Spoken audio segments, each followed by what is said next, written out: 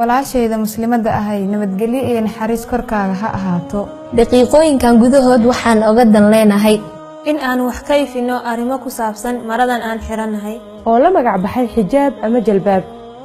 haddii aynu Soomaali nahayna caado iyo dhaqan diineed u leenahay in gabdhaheenu xirtaan xijaabka. hase yeeshee waqtiyadan dambe waxaa si weyn u soo ifbaxay noocyada xijaabka ee cusub, iyadoo qaar la raaciyay magaca fashion, xijaab fashion ah, kaasoo bedelay ujeedadii loo sharciyeeyay xijaabka ama xikmad looga dan lahaa. haddaba si aynu kala garanno xijaabka sharciga ah ee Rabbi subxaanahu wa ta'ala raaliga ka yahay iyo mid kale ee xijaabka loo ekeysiiyey aan ahayn kan Rabbi nagu farad yeelay, waxaa muhiim ah in aan garanno xijaabka muxuu yahay.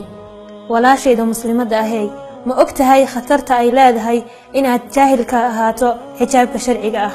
qaabka uu noqonayo, shuruudaha looga baahan yahay, maxaad xijaabka u xirataa, qaabkee ayaad u xirataa, amaba waa caado aad ka dhaxashay bulshada aad ku dhex nooshahay oo kaliya. mar miyaadan ku fakarin xijaabkan aad xiran tahay cidda kugu waajibisay, sababta lagugu waajibiyey iyo qaabka loo baahan yahay in uu ahaado. waxaa hubaal ah su'aashan in aadan jaahil ka ahayn, waayo waxaa tahay macalimad, ardayad, dhakhtarad, kalkaaliso, hooyo, walaal iyo xaas intaba. xijaabka sharciga ah ee Rabbi raaliga ka yahay waxaa looga baahan yahay inuu ahaado mid asturaya dhammaan jirka gabadha marka laga reebo gacmaha iyo wejiga, in uusan ahayn mid saa'id u qurxoon oo ragga soo jiita.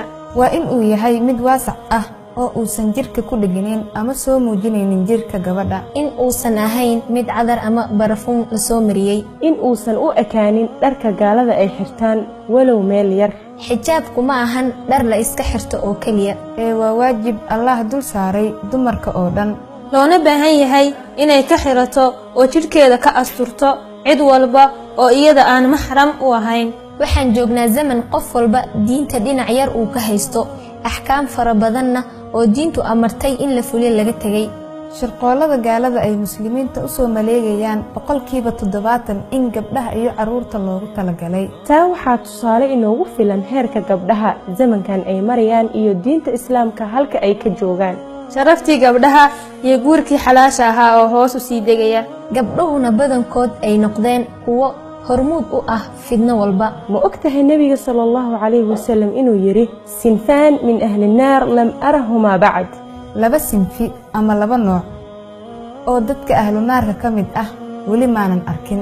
waxaa ka mid ahaa nisaa'un kaasiyaatun caariyaatun mumilaat, gabdho dhar xiran haddana qaawan oo laafyoonaya. qaawanaanta ma ahan in aadan dhar xirnayn oo keliya, dhar ciriiri ah oo jirkaaga muujinaya haddii aad xiran tahay waad qaawan tahay. cabaayad iyo khamaar yar haddii aad wadato balse jidhkaagii uusan asturnayn waad qaawan tahay. haddii aad xiran tahay maro khafiif ah ama jirkaaga laga dhex arkayo waad qaawan tahay. maxaa keenay zamankan in aanu dhalno oo aanu soo saarno wiilal fooda ama jeegadu ay u dheer tahay, sarwaalkana barida uu ugu xiran yahay. waxaa kaliya oo ay ka fikiraan ay tahay ciyaar ama filim la daawado iyo gabdho la shukaansado oo kaliya, xilli waqtiyadii hore aanu ahayn kuwa soo saara geesiyaasha iyo culimada diinta islaamka dhidibada u soo aasay. innagu haddaynu dumar nahay waxa uu nebiga sallallahu calayhi wasallam inoo sheegay dadka naarta ugu badan in aan annagu nahay.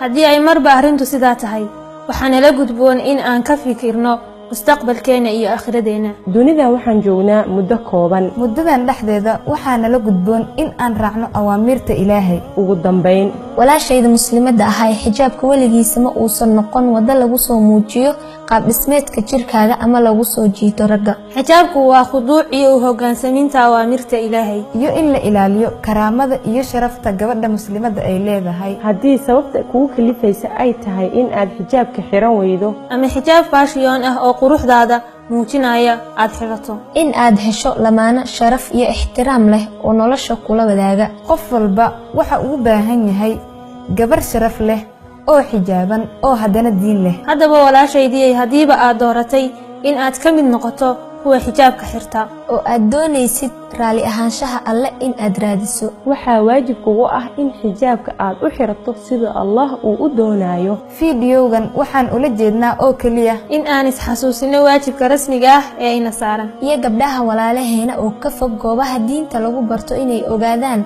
marada ay xiran yihiin iyo tan Rabbi subxaanahu wa tacaala doonayo sida ay kala yihiin. waxaa waajib inagu ah in aan arrinkan wax ka cadeyno sida ay adigana waajib kuugu tahay in aad gaarsiiso gabdhaha walaalahaaga.